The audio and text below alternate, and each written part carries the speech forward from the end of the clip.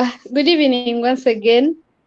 I welcome you all to the 6th episode of the Green Talk Show of the year 2023.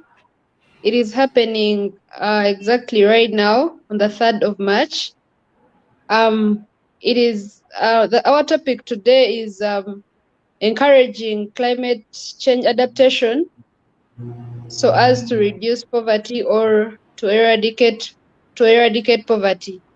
But this being our topic, we are still operating all under a project called it's a project with a theme, Food Forests for Schools project. It's because that project has to run for this entire year. And we as Maitri Initiative, we are grateful to have to, I'll show off a little to educate you all each and every Friday how you should embrace sustainability, how you should adapt to climate change. And once you adapt, how can you keep it up or how can you keep up with it? Also in whatever we do, it all requires consistency to produce results. So I welcome you all once again and welcome our guests. Our guests tonight, we have Mrs. Gabriela Martinez de la Hoz and Mr. Sandy Geoffrey. Mrs. Gabriela will be our first host tonight, and I'd like to welcome her to introduce herself briefly. Hi, Katy, and hi, everyone.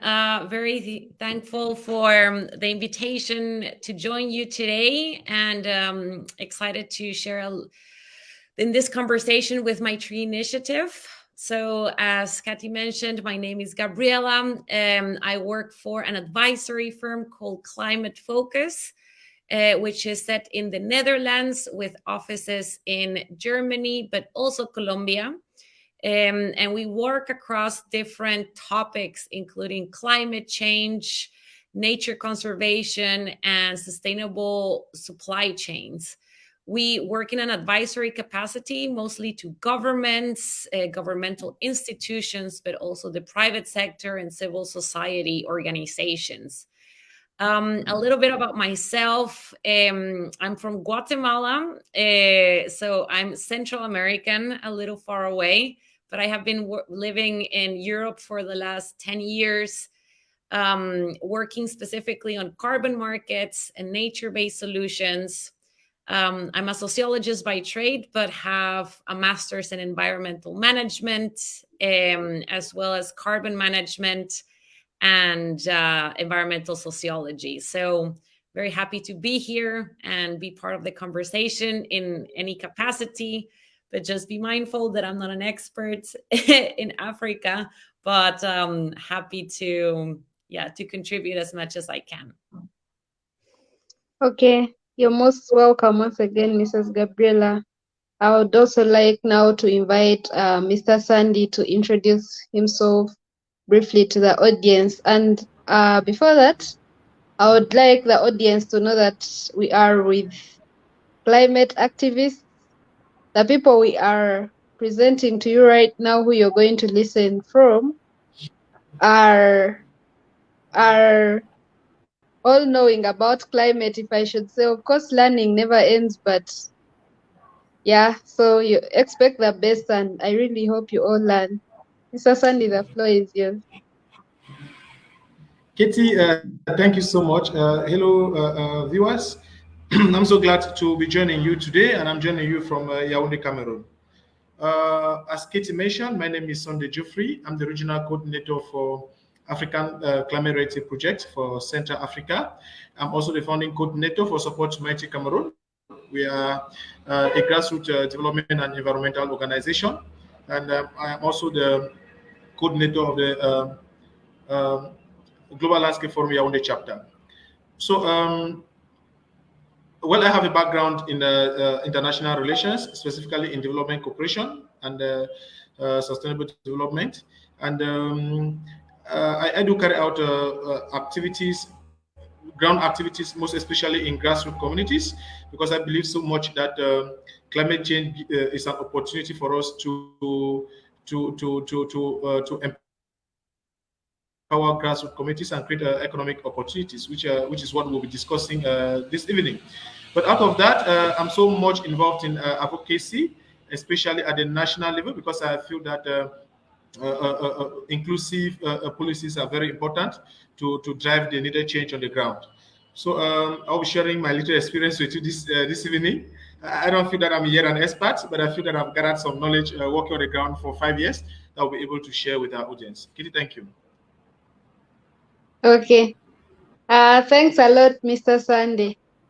So I hope you're all well conversant with our topic of discussion tonight. Yeah, and the people out there, as I have nothing to say. I know they can see themselves that they are expecting to really learn a lot from you all. And also the other thing is that I would like to inform you that most of the people on the platform right now are young. The future, to like the hope of tomorrow. So it's young minds right now that are listening to you. So, and yeah, of course, when we are young, we are always vigilant, eager to learn and try out as much as we can. So yeah, we thank you that we are going to have all the best tonight. So our topic tonight being encouraging climate change adaptation in poverty eradication. I'll start with you, Mr. Sunday. What do you have first? Would you like first explain to people out there what climate change is, and yeah, what climate change is in general? Yes, Katie, thank you for that question. There's been a lot of talk about climate change, and when we talk to people in communities, and sometimes we talk to students, they have the impression, or they give you the impression that this is something just scientifically based, and that they don't live it, they don't understand it, and that what is happening to them looks more of a mystery than actually what we call climate change. And I try as much to make this explanation so basic, down to earth, so everybody can actually understand. We look first at our weather patterns, and we alone. Initially, we knew that by March 15, we are launching the planting season. But today, nobody knows when the rains are coming. Nobody knows when we are moving into the dry season. And what is contributing to this? Initially, we understood that in the month of December, we normally had sun, but now sometimes in December we are having rains, and sometimes we are having extreme weather conditions. I just have there's a building that has been hosting our activities since 2019. Last week, at the heart of the dry season, the roof of this building was blown off by a rare wind. These are extreme weather conditions that comes to explain and to confirm the reality of climate change. So climate change basically is being manifested through extreme weather conditions, through unpredictable weather. And this is what we are living in communities and in countries around sub-Saharan Africa. Okay. Well, I Thanks don't want a to lot. go to yes. Well, Yeah, beside the sure. extreme conditions like wind, we are talking about floods. We are talking about drought. We are talking about extreme heat, increasing warming weather. Like I told, I was discussing with Gabriela earlier before we went live, and I was telling her Yaoundé is increasingly hot. Don't bother about me sweating. But this is not what Yaoundé was just 10 years ago. And it's a manifestation of climate change. Katie. Okay, thanks a lot for that. I would pose a question.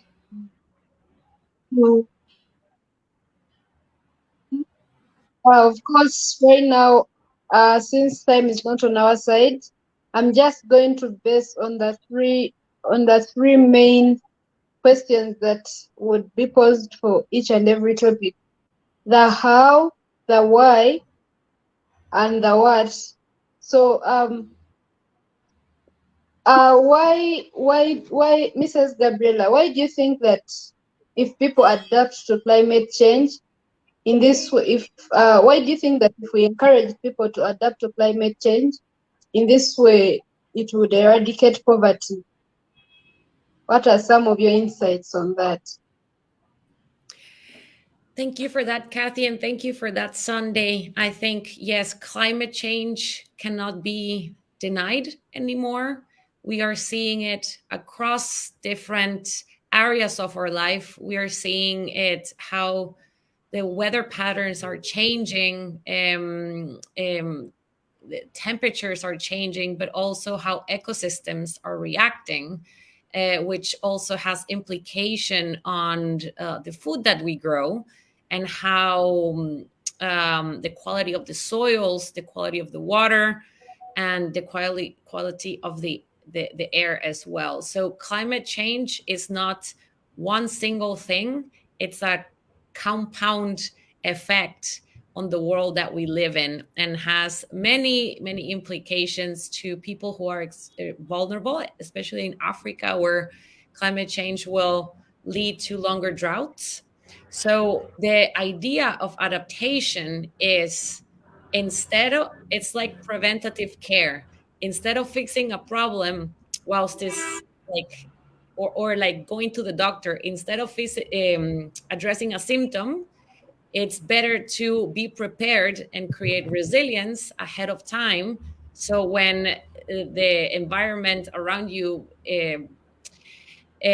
goes against you, you're prepared, and that is called resilience. And so resilience and adaptation go hand in hand, because it's about thinking about the future, about the consequences that we're facing, and putting safeguards and plans that we can implement so we are ready for when the rain doesn't come, when the soil health can decrease, or when rivers can be either dried up or overflow.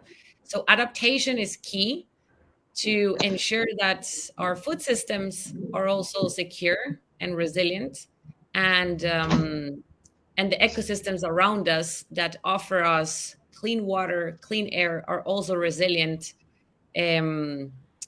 As we move forward with the variations in the weather and in temperature. So it's about preventative care. It's about anticipating the changes and thinking ahead. So I think that is key for poverty reduction, because as you also put in place all of this safeguards, you also are creating jobs, and you also are providing alternative livelihoods that can make more resistant to the communities and youth in the future, if there is if climate change threatens their livelihoods. I hope that makes sense. Yeah, sure, it does. I would also pose the same question to Mr. Sunday. What do you think you could tell people out there? How do you think climate change adaptation would help eradicate poverty? Kitty, thank you. And Gabriela, thank you so much for that great insight. First of all, before I answer your question, I want to ask if climate change is actually worsening poverty in Africa. And the answer is yes. Gabriela has already mentioned people are losing jobs. And in grassroots communities, this is even worse. Because for me, I choose in this journey to be a voice to the voiceless, to be a voice to the untold stories, to be bringing those untold stories from grassroots communities to the global scene. Climate change is actually worsening poverty in Africa. But then climate change adaptation give us the opportunity to alleviate poverty in Africa. And how can we do this? The first is that through adaptation strategies, we can be able to provide alternative livelihood support to communities. And we can also be able to create green jobs, say in area of sustainable agriculture, say in area of apiculture, in beekeeping. This will not only provide alternative income sources to communities, but we have proven, or we have realized from my experience, that it will actually provide sustainable jobs to hundreds and thousands of people in grassroots communities in Africa. So this is very important. Gabriela talked about our food system, and you can imagine what happens when communities that are badly affected by climate change start integrating trees on their farms. In the next 3 years, communities that used to go to a market to buy avocados will be harvesting from their farms. This will be improving nutrition. This will be improving household incomes. This will be creating opportunities for people to innovate and start food processing. The return to the communities will be huge. So I find a lot of opportunities in climate change adaptation. And I believe that climate change adaptation gives us that opportunity to seek solutions that will bring economic benefits. Katie. All right, thanks a lot, Mr. Sandy and Mrs. Gabriela. And also, you know how maybe one thing I've seen is that some people are, of course, these days the number of illiterate people is less compared to those days. But you know, some people really need to be pushed around, or for them to be able to adopt to adopt this culture to change with climate change, or to change with the climate, because the climate is changing. They also have to change their behavior to be able to stop it from changing. But of course, like you can see, I'm puzzled.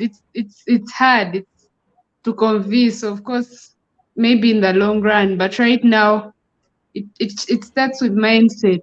How like can you advise these people to to change and adapt to the ever-changing trends of the climate to be able to reduce poverty? How can you advise them? What can you advise them to do? Yeah, Mrs. Gabriela.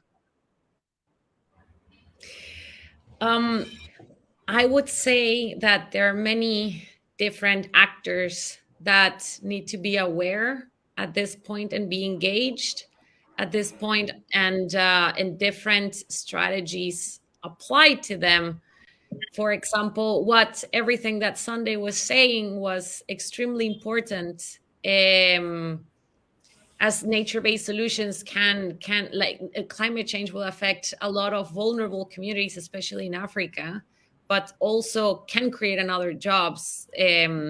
So these two go hand in hand. But I would say that for the youth, it's extremely important to be part of conversations like this, such as what Maitri is doing. These forums are extremely important because we need to exchange information across the world, from north to south, from south to south, from everywhere. So we create a global consciousness of the need for change. And youth has an extremely big a role, as you were mentioning before, Kathy, because they are the future, and in their hands is the power to decide on which world they want to live in future years. So my suggestion is for this youth to be conscious of the world around you, to not lose hope, to engage with other groups, and to engage with the community, to form alliances, and stick together, connect with international groups, and promote this exchange, and access any type of information that is available, not only through international organizations, but also using the knowledge that is inside of the communities that has been ancestral and that is also of great importance and can be combined with new technologies or new information. So I would say it's a very complex question, but the first step is just being here and listening. And the second step, I hope, is to engage with other members of the community. There is a concept that I like that is called, it's not called carbon footprint, but it's called carbon shadow. And this has to do with how we not only express through our actions that we are reducing our carbon footprint, which is how much greenhouse gas emissions we are producing through our activities, but it also relates to how we engage with our communities, how we talk to our friends about climate change, how we talk to our parents, how we talk to government officials, how we talk to everyone around us that we have access to. And this together can contribute to this systemic change. So my advice to the youth is to unite and to exchange and to reach out and to create a sense of community and have an impact to policymakers and the environment that surrounds them. So that will be my suggestion. What do you think, Sunday? What do you think? Yeah. Yes, Gabriela, that was really brilliant. I just want to say that the first thing we have to look up to understand is that no action is too small to bring change. So and you don't need, I keep emphasizing that you don't need to be a scientist to be able to contribute in seeking these solutions. Climate change affects everybody indiscriminately, and everybody is supposed to come on board to look for solutions. Now, Katie, you asked about how we can convince communities to participate. The first thing we do is we will get to communities and make them to understand they don't need to be scientists to contribute in seeking solutions. And they must not have seen the four walls of classroom to be able to seek solutions. You see? And now, I just want to take an example of how we got a community, sent 300 volunteers in the tree planting program one day. We got to a typical grazing community. And we have realized that because of climate change, their water sources are disappearing. And grazing fields have been covered by invasive tree species.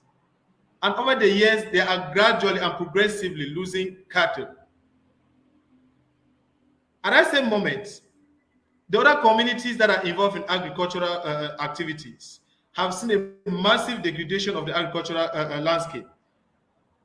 And poverty has been increasing within these communities because agricultural yields are decreasing.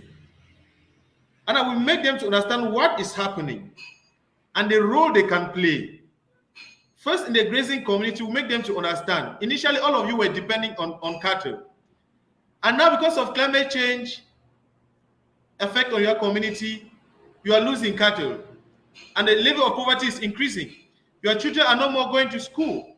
And you still feel that you will continue keeping your women at home? There's an alternative activity these women can do that will generate income for your community. And they were all eager to know. And we said the solution is in sustainable agriculture. That is how we started working with indigenous Mboro women, engaging them in organic vegetable cultivation. And today, these women are already grouping themselves, as Gabriela mentioned. Coming together in group is very important. They are grouping themselves. They are going beyond just cultivating organic vegetables to seeking and advocating for their right to land ownership and to advocating for their children to go to school. So I feel that we must develop first the right mindset, and we must be able to understand that there's no one fixed solution. We design solutions based on the community, based on the group of persons we are meeting. And the way we approach traditional leaders is different from the way we approach youth leaders. It's different from the way we approach women leaders. But at the end of the day, what we do, a common strategy we use is that we make them understand what they will gain from adopting the proposed solutions. I mean, we propose solutions to them, and together we make them understand what they will gain from it. We will go to tree planting programs. We don't just make them understanding that by integrating trees on your farm, you are going to make a lot of money. First of all, we talk with them and know the type of trees they want to plant, the type of trees that are indigenous to those communities. Okay? And now we now start looking at the advantages and discussing this with these communities. And we've had a lot of buy-in from these communities where we try to use these solutions. So, and I feel that the youths have a key role to play, because I've realized that youths are like models in many communities. I mean, those committed youths, people look up to them. They have the energy. And when we go to communities, we realize that when you get those trusted youths to talk to their parents, they listen more to them. Community does listen more to them. Because at one point when we started working on the grassroots, people felt that this whole thing was just a way for us to make money. And they're not feeling concerned. But when we make it down to earth, make it real, make it project more of the economic advantages than environment. I mean, you realize that women are engaging in land restoration. You know, of course, healthy lands absorb carbon. They are doing this without knowing. What they only see is that they are more into economic activities. Sustainable agriculture gives them money. But at the end of the day, what is happening is not only helping them to adapt, but it's also actually helping to absorb more carbon. And this is the same strategy we are using engaging smallholder farmers. So I just want to conclude to say that we have to design solutions based on the communities we're engaging with, based on the people we're engaging with, based on yes, if we're engaging with women, we're engaging with youth, we have to design solutions to reflect the aspirations of the particular class of people that we're engaging with. Thank you, Katie. Okay. Thanks a lot, Mrs. Gabriela and Mr. Sandy. And I think we as Maitri Initiative, this topic, we are already, about today's topic, I think we are already doing this. With this ever-changing climate, one of our project this year is food forests for schools. So we are planting trees. These trees we are planting fruit trees and food trees. These trees will reduce on the carbon footprint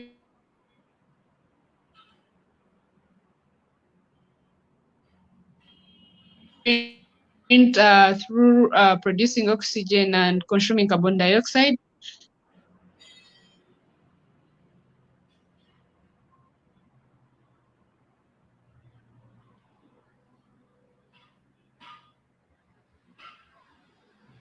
Did Kathy just lose her connection?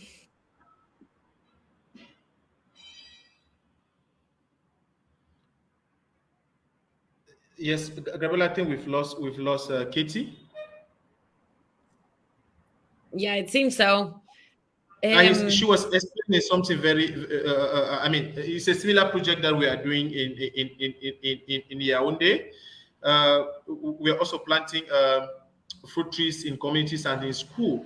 And in this project, we are looking at ensuring that every household plants a fruit tree. It helps them to adapt to climate change and also provide food for the communities and for the household. I think Katie is back. Katie, are you back with us?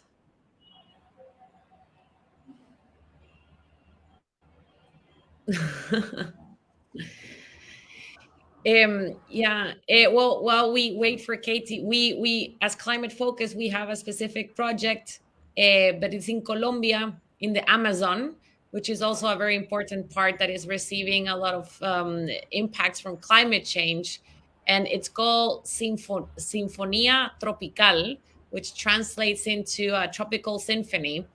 And here, what we're doing is trying to, what you were saying, is create awareness with the youth through music and through arts, and to create that connection with nature. Because sometimes, if there is no relation with nature in a way that is understandable or relatable to the youth, there is no need to, there's not such a need to protect it. So we also think that it's very important to create these forums and these places and these workshops where young people can also express themselves and not just see that climate change and nature is something negative, but it's also something that is worth fighting for, and yeah, and foster that sense of community. So that's something that we also are very happy.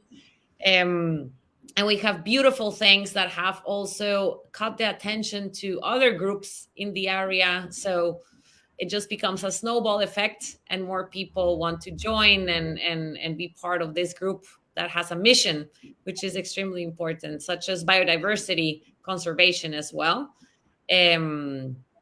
So yeah, that is something that you were talking about, and like we are also working on. And I think that the key is community and engagement, and grassroots organizations play a key role because they are the hand-holding or the enablers for to catalyze the communal action. So yes, and Gabriela, and I truly believe that youth involvement is very critical in the fight against climate change. I see climate change as a generational problem. This is, we probably may not be able to have a solution within our generation. So it's very important that we educate and engage engage a younger generation, so they can also start contributing. And of course, I mean, that's how we can be able to pass on the relay. And the good thing about the younger generation is that they're energetic, they're innovative, they have a good mastery of information and communication technology tools, and they can quickly communicate and disseminate information within their community. So I don't, be it at the level of advocacy or at the level of the ground action, or at the level of policy development, I feel that there will be no sustainable solution if we don't actually involve the youth. And not just asking them to get involved, but actually building their capacity and giving them the opportunity, giving them the opportunity to, to be in the right spaces to make this to make these contributions. You see, I have many young persons within our organization, and also on our field team. Our field team is being led by people below 30. And believe me, their contribution is very, very great and very, very significant. These are people, they can quickly, just with a small football, they can quickly bring together youth within communities, within social groups. They are very good in mobilizing, but we don't have the right tools. We don't have the right knowledge. They will not be able to create the desired impact. So when we go to communities, we go beyond just engaging these youth, but actually go to building their capacity and preparing them to be able to go back to their communities and educate others, so they can get inspired and actually join in the effort. And I feel this is very important, because climate change affects everybody. So there's no way we can seek exclusive solution to an inclusive problem. Yes, I agree. And I also think what you were saying, it's good to identify also the leaders in communities that can act as figureheads and talking points, and just give them the stage to bring more people in. And we see that a lot with youth. There are some people like the Greta Thunbergs of this world that just rally people to their cause. And we're seeing that since the couple of years, people like young people and like have gone to the streets, and that has resulted in change. So yes, we need to find these leaders. And I feel in every community, there's always leaders, and we need to give them also the stage to bring more people in. And to everyone that's listening, it's also like you become the leader of your group. Be the leader of your friends, be the leader of your community, be the leader of your family, and ideally be the leader of your country one day. And yeah, and I think that is very important. And my suggestion that I would have to say as young climate and nature activists. And I don't know if yeah. Yes, Gabriela. As I mentioned earlier, I'm also part of this global network of climate change activists, the African Climate Reality Project. And one thing that we try to do in Climate Reality Project in Central Africa is that we are going beyond the talks to actually leading the ground action. And this is very exciting about climate change. We are engaging, we are holding the policymakers responsible, but we also have the responsibility to lead actions on the ground. I think this is what this conversation this evening is all about. Look at how we can adapt. It will not just be about the talks, it will also actually be about the work on the ground. You see, yeah. And I mean, like you talk about the Amazon. We're also coming from this Congo Basin rainforest. I think is the second after the Amazon. And you see, these are some of the natural carbon sinks that give us the opportunity that, I mean, through conservation, give us the opportunity to actually be able to build communities, strengthen community resilience. And those who are actually responsible, or people who can actually facilitate this ground action, are the youths. Yes. So we go out there and we tell them, you don't just have to complain. You don't just have to tell us what the leaders are not doing. We are also interested in knowing what you are doing in your own community. We're also interested to know what you can do. I also want to know how we can help you and how we can assist you to make sure that you scale. For those who are already doing something, that you're able to scale your solutions. Yes, and that goes also to the leadership bit. That's the youth needs to be empowered. Because when you are empowered and when you're already engaged, it gives you a louder voice to talk to the authorities, to hold them responsible for the things they are not doing. But if you fold your arms to complain, climate change will only get worse. Okay, you only get worse. And I mean, in Royal Africa, we're witnessing people being forced to migrate. We're already having people completely losing their livelihood. When people lose their livelihood, what happens? If they're not engaging in crimes, they are forcibly relocating. Mm-hmm. And what we as you should do will not just be to complain. We're actually designing solutions, as I mentioned earlier, especially in sustainable agriculture, because in sub-Saharan Africa, we have the land. Okay, we have the land. We have, I mean, the basic that can actually engage people into productive system of food production. Yeah, and create also like other forms of livelihood, as you were mentioning, such as beekeeping and diversifying also the because a part of adaptation is also diversification. And through agriculture, there are many different techniques that can be applied to that are extremely useful, such as agroforestry, that you say, like planting trees that can provide like additional crops, and organic agriculture that can also contribute to the health of the earth, so yields do not decline. So, of course, I think that is a first place to start.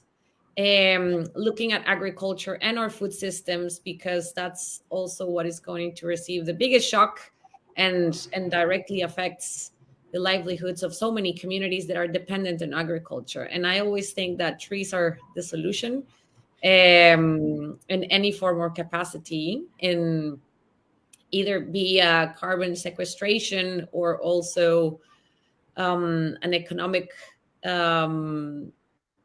commodity. It's good to go back to the basics and diversify the different interventions that we can use for nature. And I don't know if Katy will come back, Ismael, but I need to jump off as my evening is coming to an end.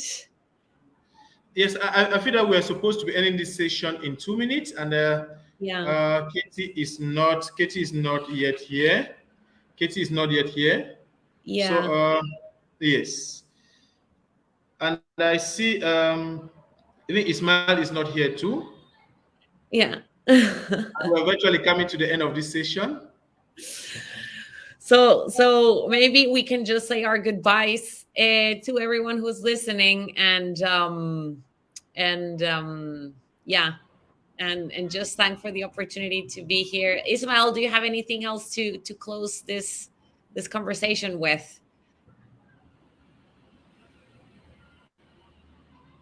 Or Ismael is joining.